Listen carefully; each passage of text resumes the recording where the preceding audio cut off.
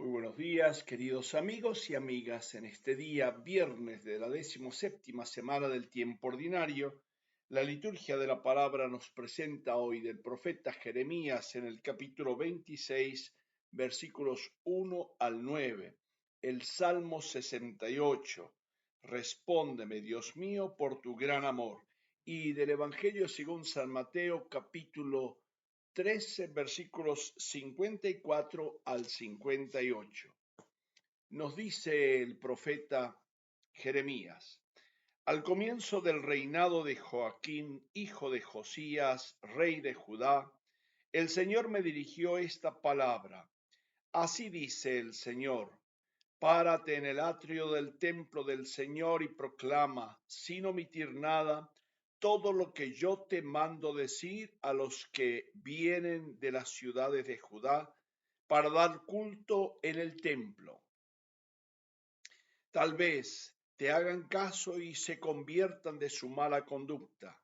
Si lo hacen, yo me arrepentiré del mal que pensaba hacerles para castigar sus malas acciones.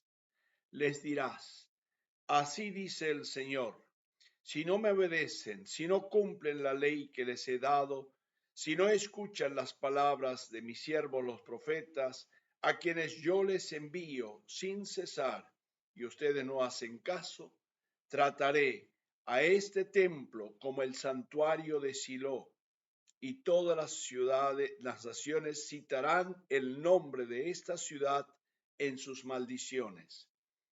Los sacerdotes y los profetas y todo el pueblo oyeron a Jeremías pronunciar estas palabras en el templo del Señor. Y cuando Jeremías acabó de decir lo que el Señor le había mandado decir a todo el pueblo, lo apresaron los sacerdotes, los profetas y todo el pueblo, diciendo: morirás por esto. ¿Por qué profetizas en el nombre del Señor diciendo que este templo correrá la suerte del santuario de Silo y que esta ciudad será destruida y despoblada? Entonces todo el pueblo se abalanzó sobre Jeremías en el templo del Señor. Palabra de Dios. Te alabamos, Señor. Este texto del profeta justamente nos manifiesta de una manera clara y precisa lo que un profeta tenía que pasar para ser fiel a Dios y a anunciar al pueblo lo que la moción de Dios, la palabra de Dios le inspiraba.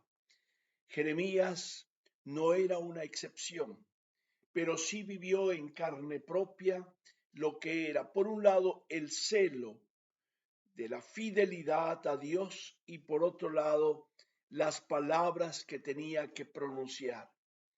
Si ayer en el texto tuvimos un fragmento donde Dios le había manifestado que todo el pueblo estaba en sus manos, hoy en este texto que tenemos en un momento histórico preciso de su pueblo, de su nación, tiene que anunciar la destrucción, pero anunciar la destrucción como un camino de persuasión para la conversión.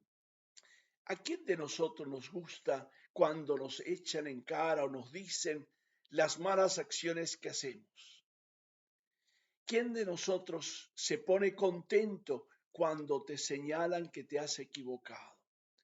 Todos sentimos en nuestro interior como un cierto rechazo, una aversión, por no decir otra cosa, por no decir rabia, enojo, disgusto. Pero el profeta es fiel. ¿Y fiel a quién? Al Dios de la alianza, al Dios que lo había elegido desde el seno materno para que pueda pronunciar esta palabra. Y el tiempo histórico es justamente Joaquín, que sucedió a su padre Josías, que había emprendido una gran reforma de la religiosidad, del templo, de las costumbres, y Joaquín deja relajar otra vez todo. ¿Y quiénes son los responsables de apresar al profeta. Oh sorpresa, los sacerdotes y los profetas al servicio del templo y del rey.